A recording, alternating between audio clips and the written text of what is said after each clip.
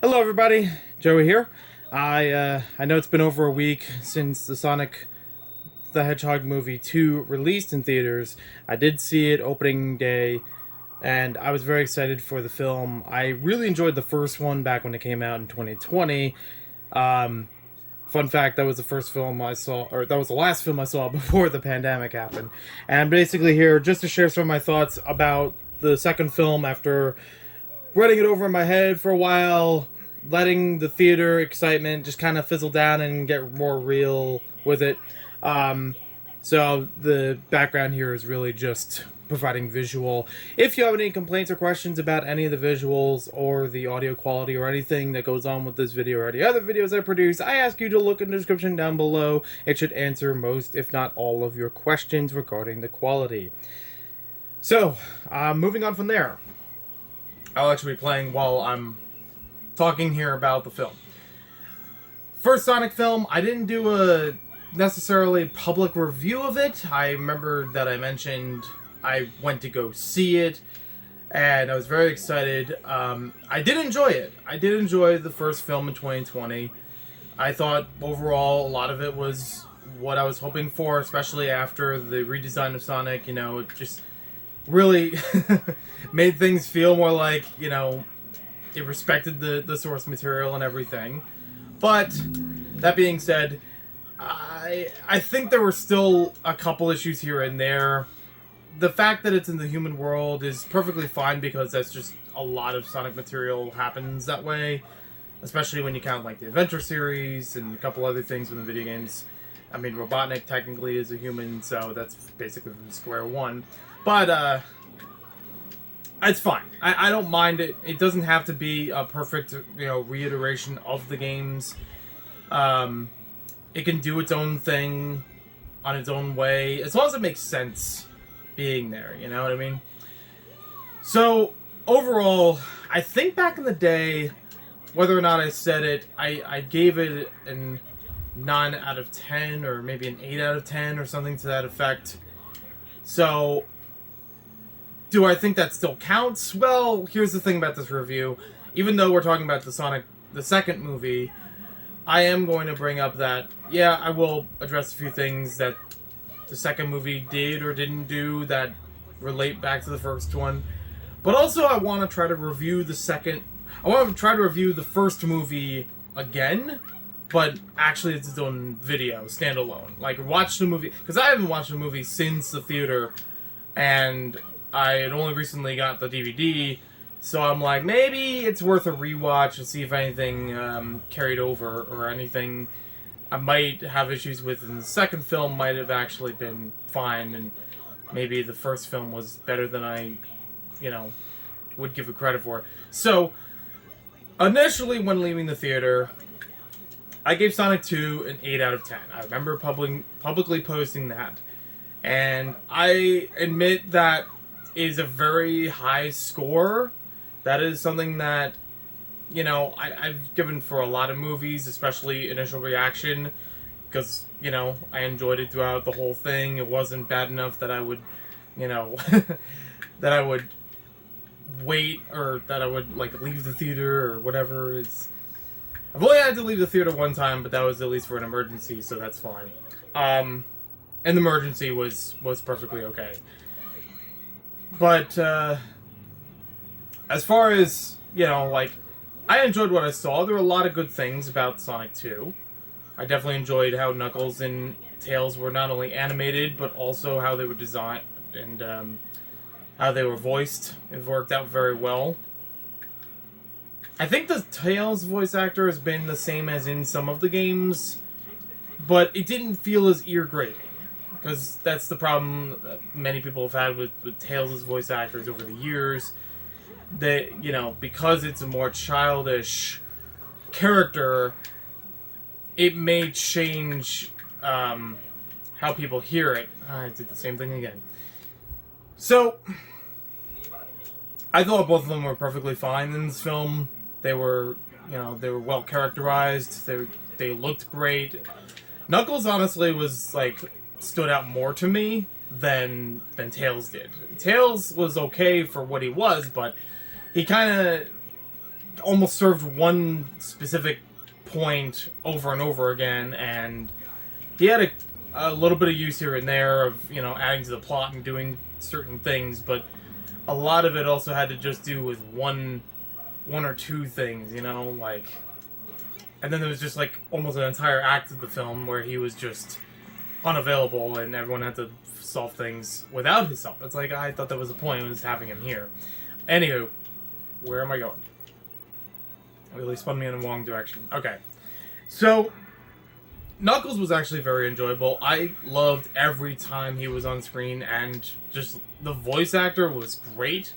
I'm pretty sure he's never done a Knuckles role before, and I don't know him from other things, but it didn't feel out of character. It didn't feel weird the way he spoke. I actually enjoyed his voice a lot in this film. Let's see, what else did I like? Eggman was respectable. I mean, Jim Carrey's still doing a good job, like just like in the first film, but it's still got that that cheesiness, which kind of comes with the territory, you know. Some people have said it's like they're trying to go for like the 90s Jim Carrey when it's, you know, 2020s now. I don't see a big problem with that. I think it works out. And as far as other human characters, yeah, it takes me a little bit more to get invested in them. Like, they do have some points in the plot, especially in the first film, they made sense, but it also felt less so in this film. Like, they were kind of more of a sidebar until later in the film where it's like, oh, they have a specific purpose.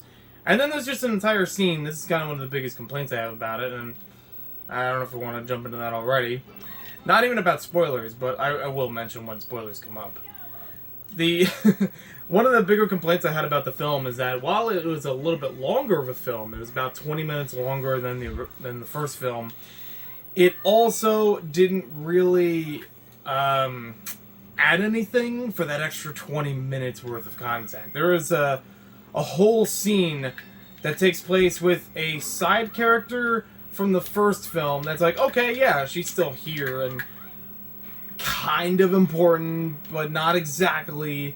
She's got her own thing going on, and it really doesn't feel right.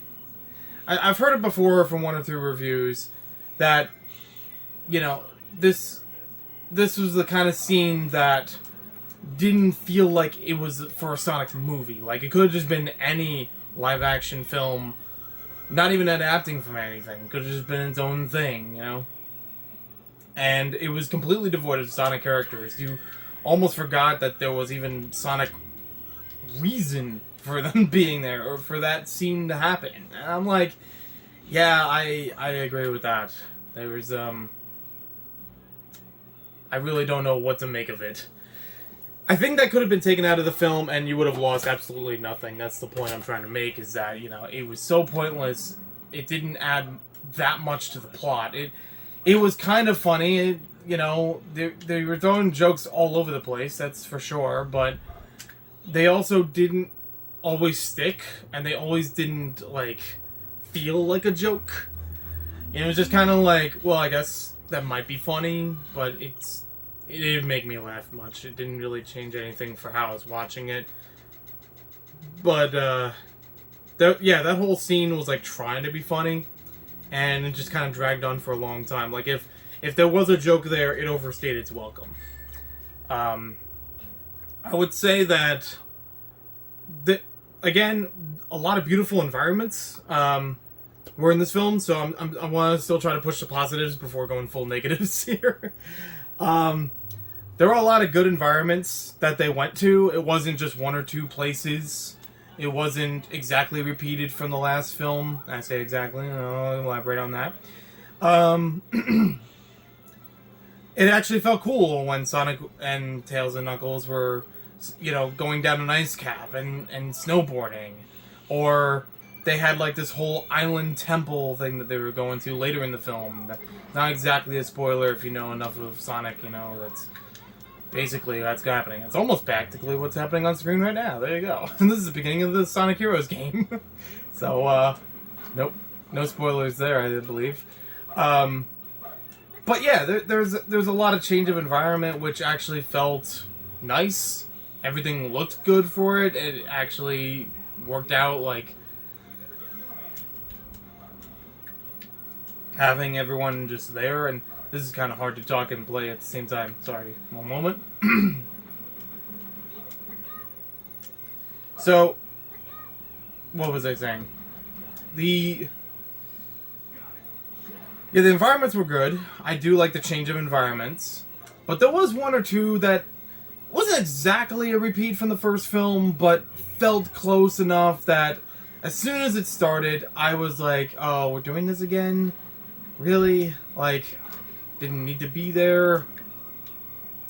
There was basically, like, in the first film, there was a scene in which Sonic and James Marsden's character go into a bar, and, you know, completely out of character for both of them, but, you know, trying to just escape, and they just kind of, you know, try to get around everyone else that's in there. It's very rough around the edges. But, you know, having some quick wit and, you know, making the way out of there. In this film, it kind of does that again, but the difference is this is right before the ice cap zone thing I was talking about. It's like, okay, they're in Russia or somewhere near Russia, Siberia kind of area, and trying to look for something in there, but they need somewhere to stay warm overnight. So, you know, they waltz in this bar. Sonic and Tails are kind of discovered as not being people and having a fight with somebody, but the fight is actually a dance-off, and it's a... This is another part that could have been cut itself. Like, not even the entire dance-off itself, but at least trim it down a little. They used the entire song... What was it? Uptown Funk, I think?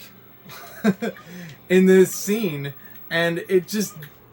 It felt like a glorified music video at that point. I was like, wow, why would you do that? We already got the point, and the soundtrack is another thing I could say for this film. Like, the actual score, the actual movie soundtrack is serviceable, doesn't do anything wrong. I don't think there was anything out of place with that. It's all of the pop music that's included with it. I'm not saying you can't have pop music in a film, and this seems like a film that could, you know, benefit from it, and even the last film had a little bit here and there. This film cranked it up to 11. It's like somebody went onto TikTok and said, hey, you know what was popular like 2 years ago? Let's put that in the film and continue with that. Even though this film is, you know, even though this trend that, you know, is gonna die out before that. But I think that's just, it's just sign of the times kind of thing. It's like, okay, yeah, I know they were working on this for a while, but still, like, come on. You put It's Tricky in the beginning of the film, and then you had, like I said, Uptown Funk sometime later in the film, which is already, like, yeah, I know people still like it, that's not a problem, it's just that, does it really grab people the same way when you've already heard it for so long, and it's been years and years, you know? You're like, oh yeah, I remember that, but it doesn't rub you the right way. So, yeah, there was another song that came up later in the film.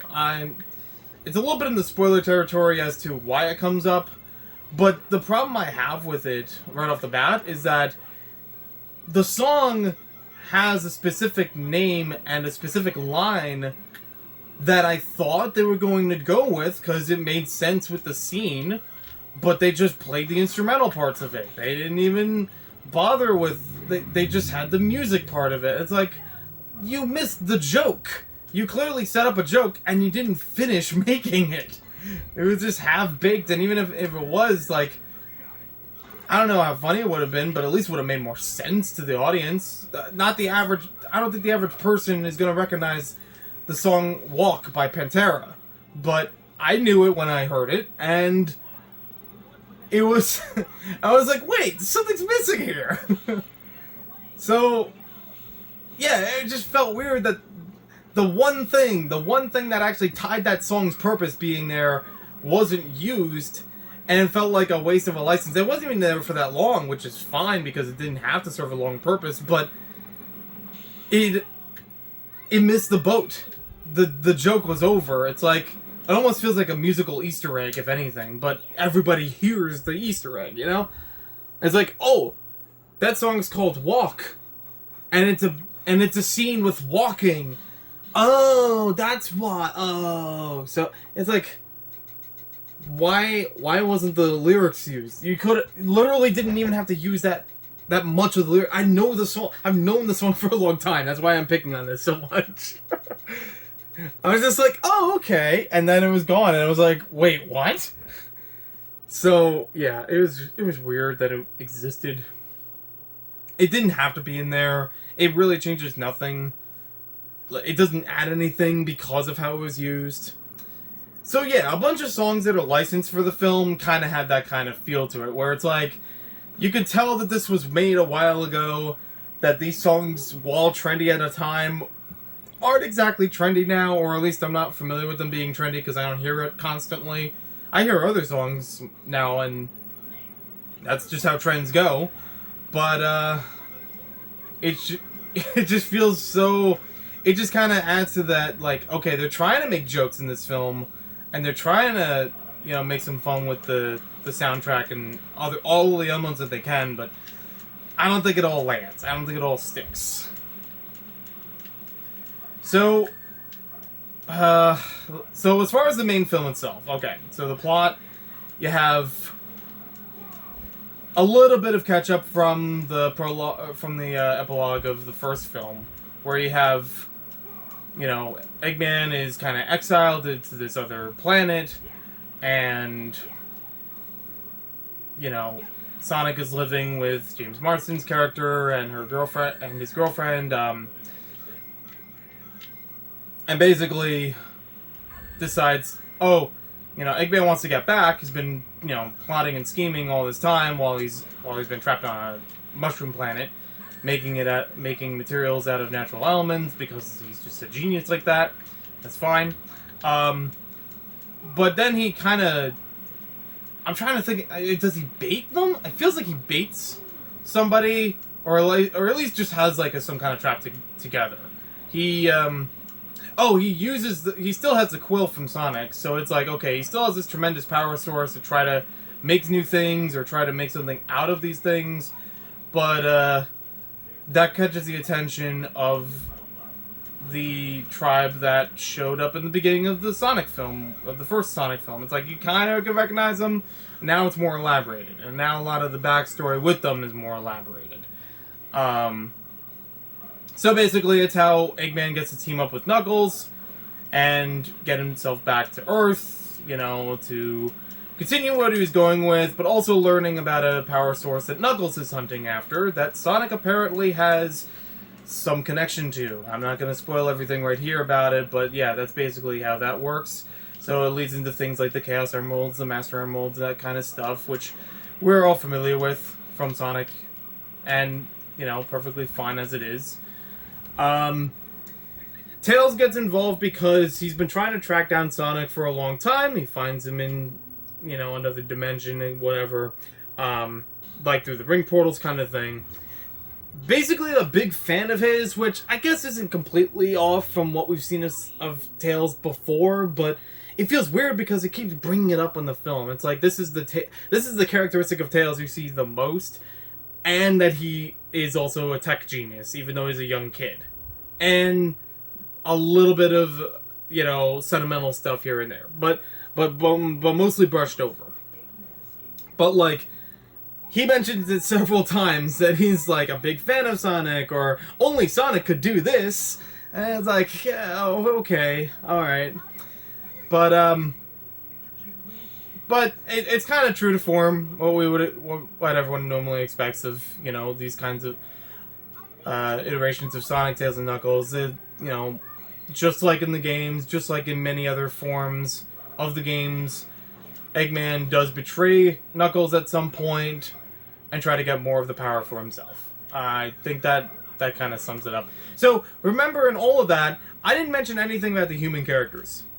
Well, that's because they don't really do anything active for the plot until, like, more than halfway through or so. You see him in the beginning. You see that, you know, that Sonic's living with with other human characters, and you know, he's house sitting with the dog and everything like that, while they're going out to a wedding for the girlfriend's sister, I think it was, who was in the first film, if I remember correctly. So it's like, you really have to remember the first... I mean, like, a little bit of this might be because, again, I haven't seen the film... I haven't seen the first film since it was out in theaters. Since it opened in theaters. So, some of this kind of hit me as like, oh, they're still here. Okay, I guess. A couple other characters kind of like that show up in the background. And maybe give one or two lines of something. One of them, there was one human character that I actually do remember the name of. This is kind of the problem I have with them. The human characters that are there, I tried to remember the names. I can remember Donut Lord, but I don't remember what his actual name is in the film. I just remember he's James Marsden's character. That's all I can gather out of it. And even at that, I feel weird because I also don't know James Marsden as an actor that much. So it's like, it's not, if it's trying to sell me on a story, the story isn't really helping because I can't remember who's who in the story, why it impacts anything, you know? So, aside from that, there is one human character I do remember the name of, and I don't like that I remember his name. This is cute. This is a weird glitch. Do I have to be Knuckles for this? Oh, I have to push it in. Never mind. So, there is one human character I do remember his name, and I don't want to remember his name. And in fact, he's a pretty forgettable human character in the film. There's this officer named Wade who works with Donut Lord, and basically, while Donut Lord, I'm just going to refer to him as that, is out for this wedding in Hawaii, Wade is the one that's kind of responsible for the town, just kind of like acting deputy or something like that, which I guess is a thing. That's fine. It's the fact that he's even brought into the plot through Sonic and Tails being like, oh, we just need a place to hide, and we know who to talk to, and this guy just kind of gets exposition, but he doesn't follow with them. He's just kind of like, oh, this is kind of creepy, man, or whatever. He adds nothing. He adds nothing to the actual plot. And later he shows up and it's like, oh yeah, it's that guy, but really doesn't help anything. He's just kind of there, and then he's out. He doesn't help solve the problem. He doesn't offer any solutions. He does literally nothing. As far as I can tell, that's not a character you want to keep in your film, and I do not want to keep his name in my head. Why is Wade there? Why did they write him in? They could have had anybody else. They could have given him a little more to do in the plot. Instead, he's, you know, doofy cop, and that's all his character is, and I got nothing. I got nothing on that. So, what else is there?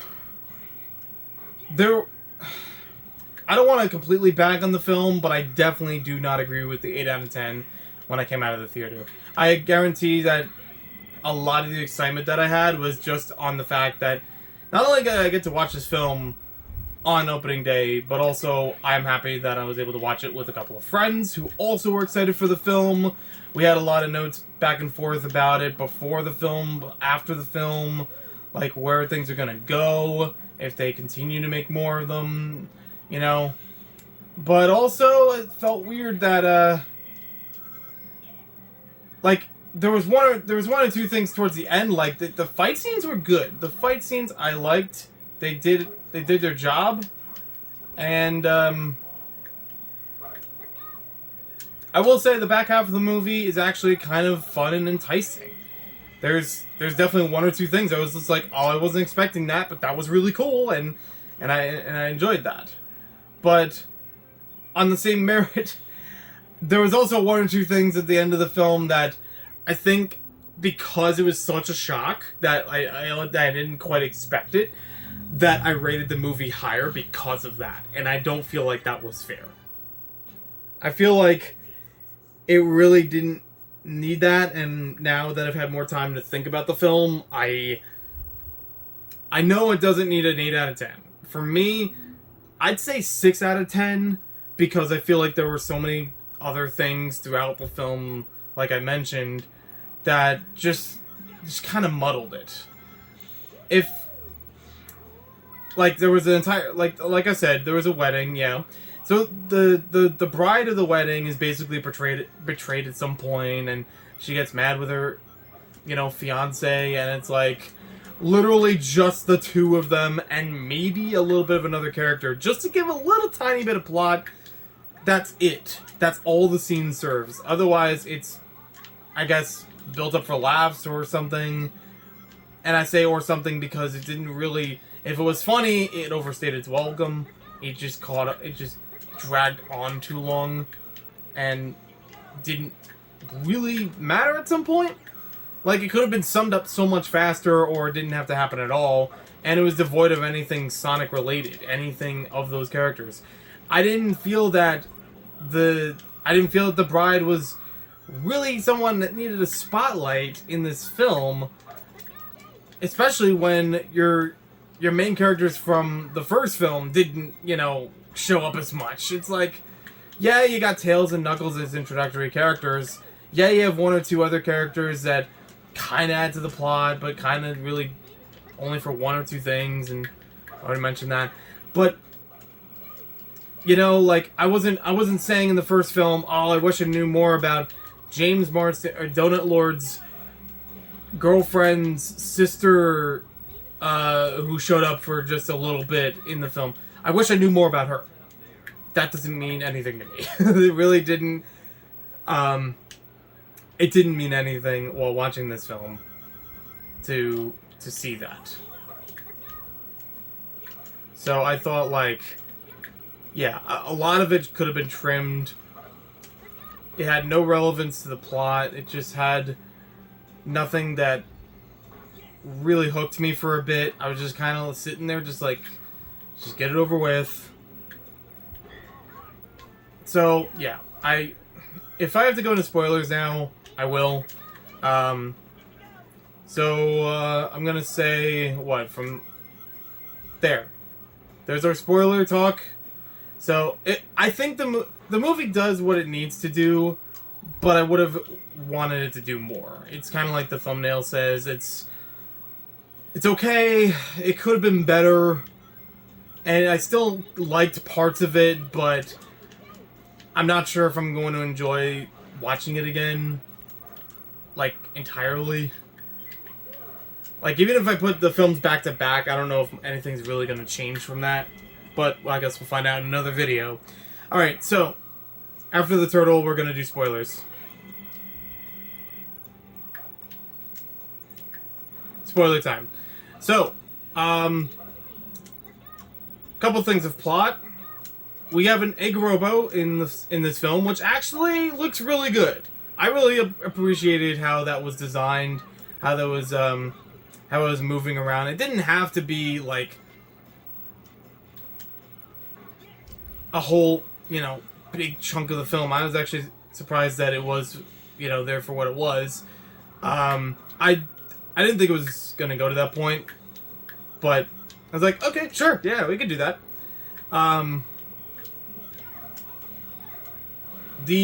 What's the word I'm looking for? Again, trying to learn how to talk and play video games at the same time is not easy. I haven't done it in a long time either. So the egg robot is great being there. I thought it was a really cool looking mech. That's the scene that I was talking about before when I said, oh, it's using a Pantera song, because Eggman says, like, oh, I want to put up my, he's like, put on my playlist or something like that. And that's the song that plays. It's not even in the playlist. It's just the one song. And it literally just plays the beginning of Pantera's Walk without any singing, without the refrain or any chorus or anything like that. I think he even says, like, it's my walking playlist or something like that. Which, yeah, the Eggman in this universe, it's okay if he's a little bit on the trendy side, or, having a few lines here and there that are like, it feels like a kid would say that. It's like, it's fine. But, But I think he said that to a point, at some point. He said something about, like, my walking playlist. And it was like, the song's called Walk. Why don't you actually have it say Walk? Like, the song is titled, you know? Like, that just felt... It felt like a missed joke. So, beyond that, some things were cool around that scene. I like the temple. I like the labyrinth of it. I joked with myself that it was a Sonic labyrinth, like the game. I don't think that was intentional though, but I thought it would be funny. The ending of the film, as I mentioned before, that there was one character that kind of delivers like one piece of information that's sort of relevant to the plot, but not like to the end of the film. It's more of like, oh, it carries into the next film. Sonic Adventure 2 is hinted at on a helicopter that like stays there for an odd amount of time that I first thought. And I realized afterwards, oh, the helicopter says SA2 on it. Sonic Adventure 2. That's a hint. So, they're hinting at, oh yeah, we're gonna borrow elements from Sonic Adventure 2 in another film, which is cool. Because I love Sonic Adventure 2, it's my favorite of Sonic games, bar none. Even though I'm playing Sonic Heroes right now, I thought this just felt more appropriate because of, like, non-spoilers, but also Sonic, Tails, and Knuckles do work together as a team towards the end of the film, so it just felt right that way. What was I gonna say? So,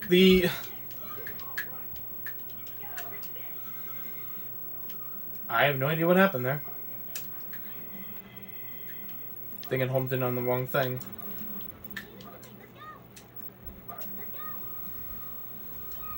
So there's like one guy that comes back from the first film. I honestly could not remember him at all. I do not remember this guy at all being in the first film, and he was referred to as the Olive Garden guy because, yeah, they do have a couple product placements in this film like they did in the previous one, but I guess it wasn't as glaring, or I didn't really pay as much attention to it at the time in the theater. The only one I could think of more blatantly was like the Ford truck towards the end of the film, because it really hovers on it for quite a while.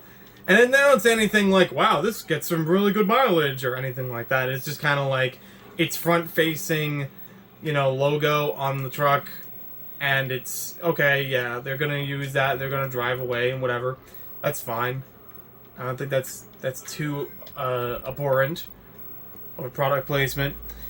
So but yeah, the Olive Garden guy, whoever that is, I don't remember from the first film, I can't wait to watch that again, is apparently a member of the government, of like the military or something, and he mentions, like, he just name drops gun, and that is something important to most Sonic plots, especially more modern Sonic plots. Sonic Adventure 1 and 2, you know, harp on that. Mostly 2. But I don't think Sonic Heroes does it, but Shadow the Hedgehog does mention it after this. So, yeah, it's been in a couple things, is what I'm trying to say. So, like, when I heard that, and that was actually an abbreviation for it, like, spelling it out, and they're like, oh, it's named Gun? I was like, oh, hell yeah. I was excited for that, because, again, Sonic 2, it's relating back to that, so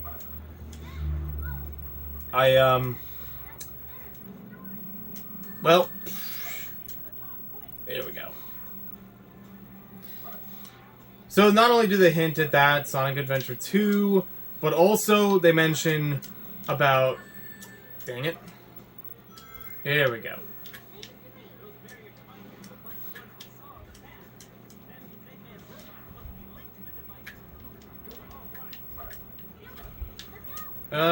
Come on, grab it. I'm kind of doing two things at once here. There we go. Anyways, so it's kind of leading into, you know, Sonic 3 would have a lot more inspiration based on Sonic Adventure 2, Shadow the Hedgehog, and other such games, which is just awesome. I appreciate that they left it for that long, because to do it in the second film would have been too much. having Tails and Knuckles there is already good for what it gave, and still has a bit of classic Sonic feel as far as different things going on, different inspirations and whatever. Like I mentioned, the egg robot earlier in the video. So having that being said, there was like an aftermath, or there's like an epilogue for this film as well. There's a post-credit scene that basically shows, they mention in the film proper that the government has tracked down Eggman. I mean, Robotnik has worked for the government and developed these military equipment and things like that. And it's like, okay, he's clearly off his rocker, and he's not obeying us. He's not listening to what we're looking for, so we need to shut him down. So they cut off his assets. They go off of, they find his records. They go through files, all this kind of stuff. Just to say, like, okay, he is not one of us anymore. Which is fine. But they also mention at the end of the film, while going through their records, they found about a project related to Robotnik 50 years ago. Significant, because Sonic Adventure 2 has a project that happened 50 years ago, and just right on time, right in the scene, you get to see a pan up of Shadow the Hedgehog in a chamber in some kind of offset location. So yeah, they're pretty much they're directly going from the plot of Sonic Adventure 2, and I am excited for that. But I do feel like because of that bias, that's why I said earlier, I think I gave the movie too high of a rating, because it was so exciting that was going to be a feature. That was going to be something, they considered, for future things. But beyond that, I'm like, yeah. As a movie, it could have had more. Could have had more going on. Or not even more going on, but I mean, like, some things could have been tweaked. Some things could have been fixed.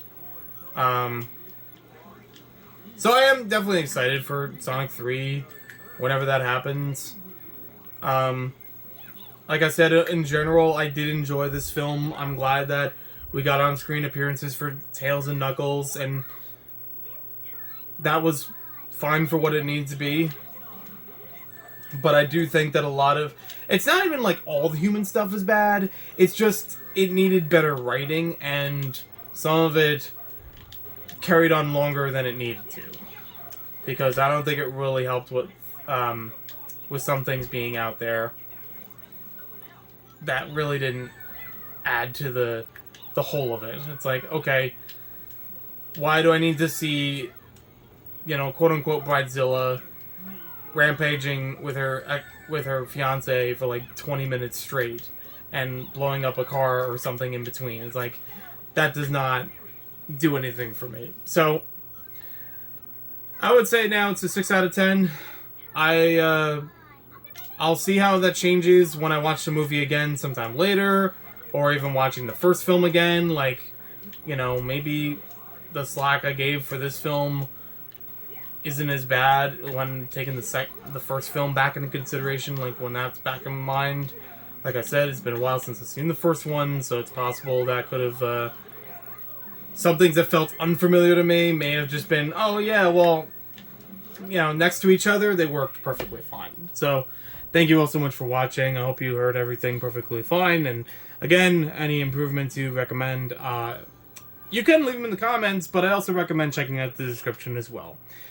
Have yourself a good one, take care, and I'll hopefully see you for other video game stuff in the future. Because I've had plans for video game stuff for so long I wanted to do, and with other technical things, I would like to get them done if they can be fixed. So, yeah. Take care.